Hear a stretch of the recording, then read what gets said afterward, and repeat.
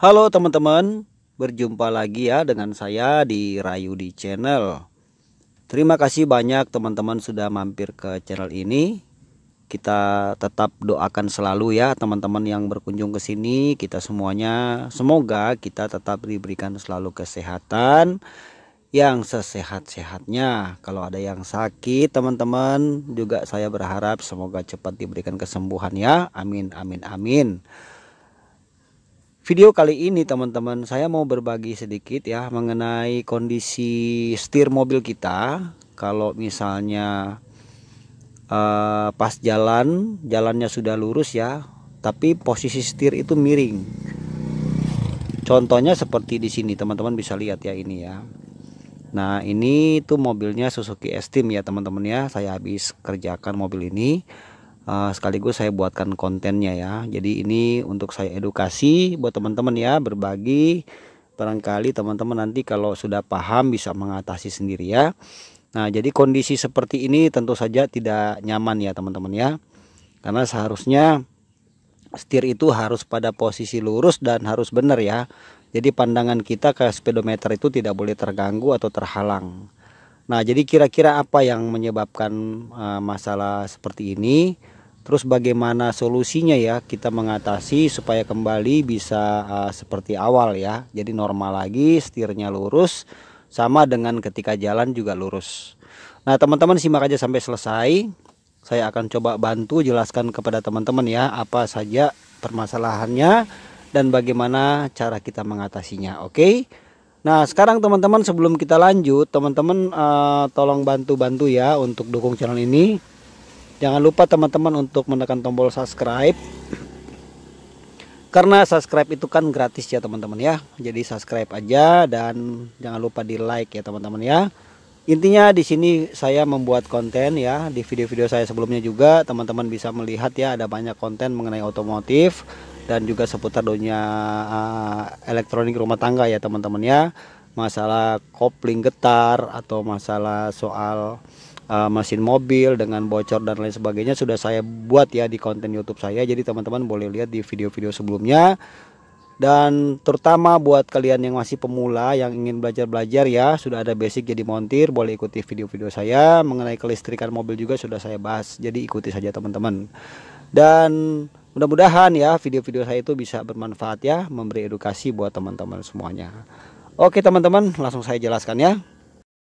Jangan lupa like, subscribe Rayudi Channel. Rayudi Channel. Oke teman-teman, jadi begini ya teman-teman ya. Tentu saja kalau setir mobil itu tadinya normal ya, awalnya normal. Kemudian lama-lama sudah mulai berubah. Jadi maksudnya gini, kita tidak melakukan apapun ya. Kita tidak melakukan macam kita ganti kaki-kaki mobil ya, bagian kaki-kaki macam terot, long terot, ball joint kita tidak pernah ganti misalnya ya sebelumnya ya. Atau faktor lainnya.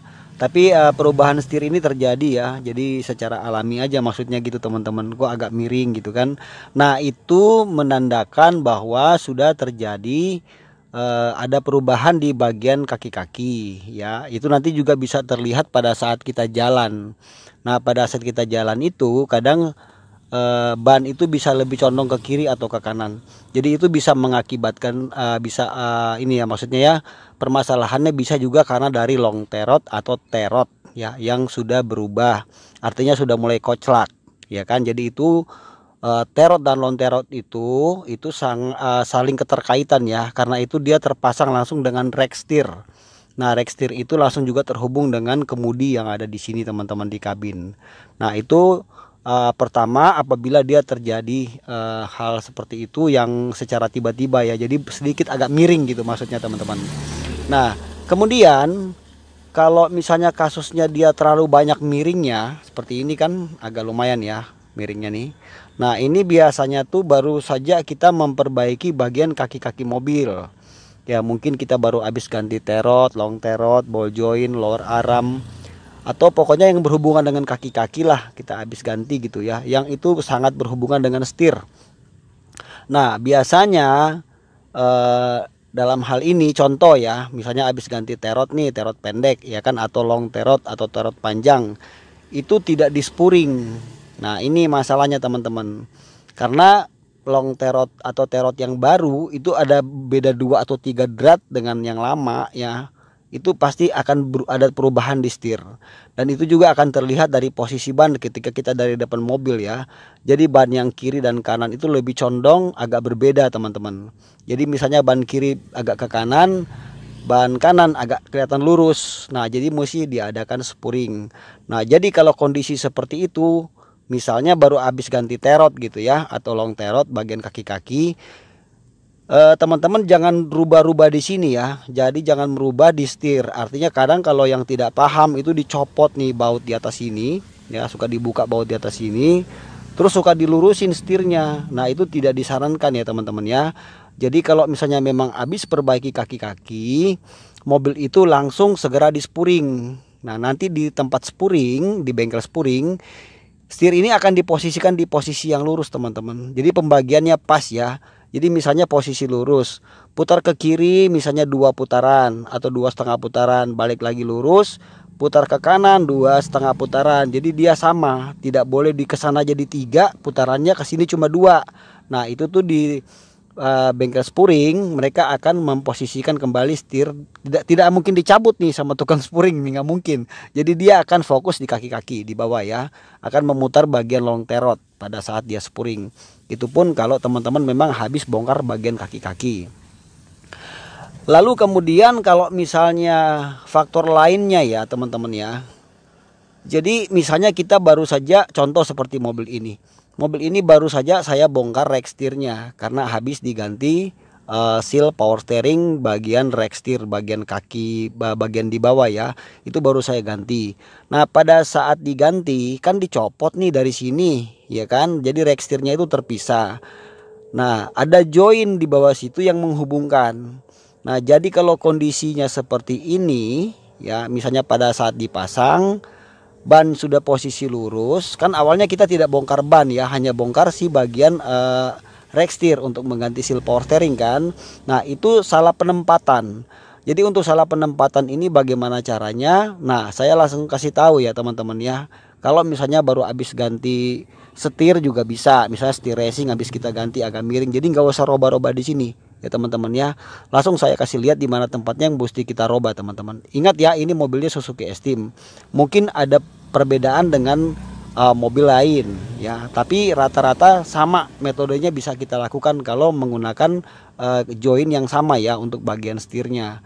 Tentu saja juga berbeda dengan yang menggunakan electronic power steering ya. Jadi mungkin ada perbedaan, tapi ingat di sini dalam tanda kutip ini mobilnya Suzuki S-Team kan. Jadi untuk cara kita meluruskannya ini ya, ini tahap ketiga teman-teman ya. Saya tidak bahas lagi yang kedua, sudah saya bahas tadi ya. Ini yang ketiga. Kalau habis bongkar rack setirnya atau habis ganti setir di sini nih. Oke ya, coba langsung kita lihat ya. Nah, di sini ya teman-teman yang saya maksud ya. Jadi ketika kita melepas rack setir di bawah ya, power steering, kita kan harus melepas baut yang ada di sini nih. Nah, itu kan joinnya tuh. Nah, itu ya. Nah, jadi caranya gini teman-teman. Ini kan ada baut 12 penjepit di sini ya. Baut 12-nya kita copot. Ya, seperti ini. Yang bagian bawah sana kita copot, yang bawah. Sama yang atas satu lagi sini kita kendorkan. Ya, 2 ya kita kendorkan. Lalu setelah ini sudah kendor yang atas sama bawah sudah copot, ini bisa dilepas. Langsung lepas aja teman-teman. Ini saya copot ya. Coba ya. Bentar. Nah, nanti dia free di sini bebas. Nah, itu ya. Nih. Bisa kan? Tuh. Nah, jadi nanti ketika kita merubah di sini ya, kita putar-putar di sini, di bawah pasti ngikut. Ya, jadi kita tinggal cari lurusnya saja. Kalau sudah ketemu lurusnya seperti ini lurus ya. Nah, yang bawah bisa langsung kita masukin lagi teman-teman, seperti itu. Nah, di sini nih kita robahnya nih. Tuh ya, jadi tidak perlu teman-teman melepas setir atau melepas kemudi ya. Cukup di sini saja yang kita lakukan cara seperti ini saja teman-teman. Ya, jadi pastikan setirnya. Jadi kalau agak kurang ke kanan, geser lagi dikit, kurang kiri, geser lagi sedikit. Nah, seperti itu caranya teman-teman. Jadi kita tinggal ngerubah di bagian sini saja teman-teman. Ya, tinggal masukin aja. Kalau ini sudah Nah ini lurus ya sekarang ya.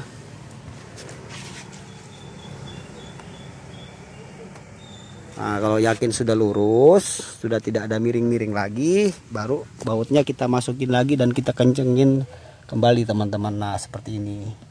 Nah jadi sampai plek banget aja sampai masuk.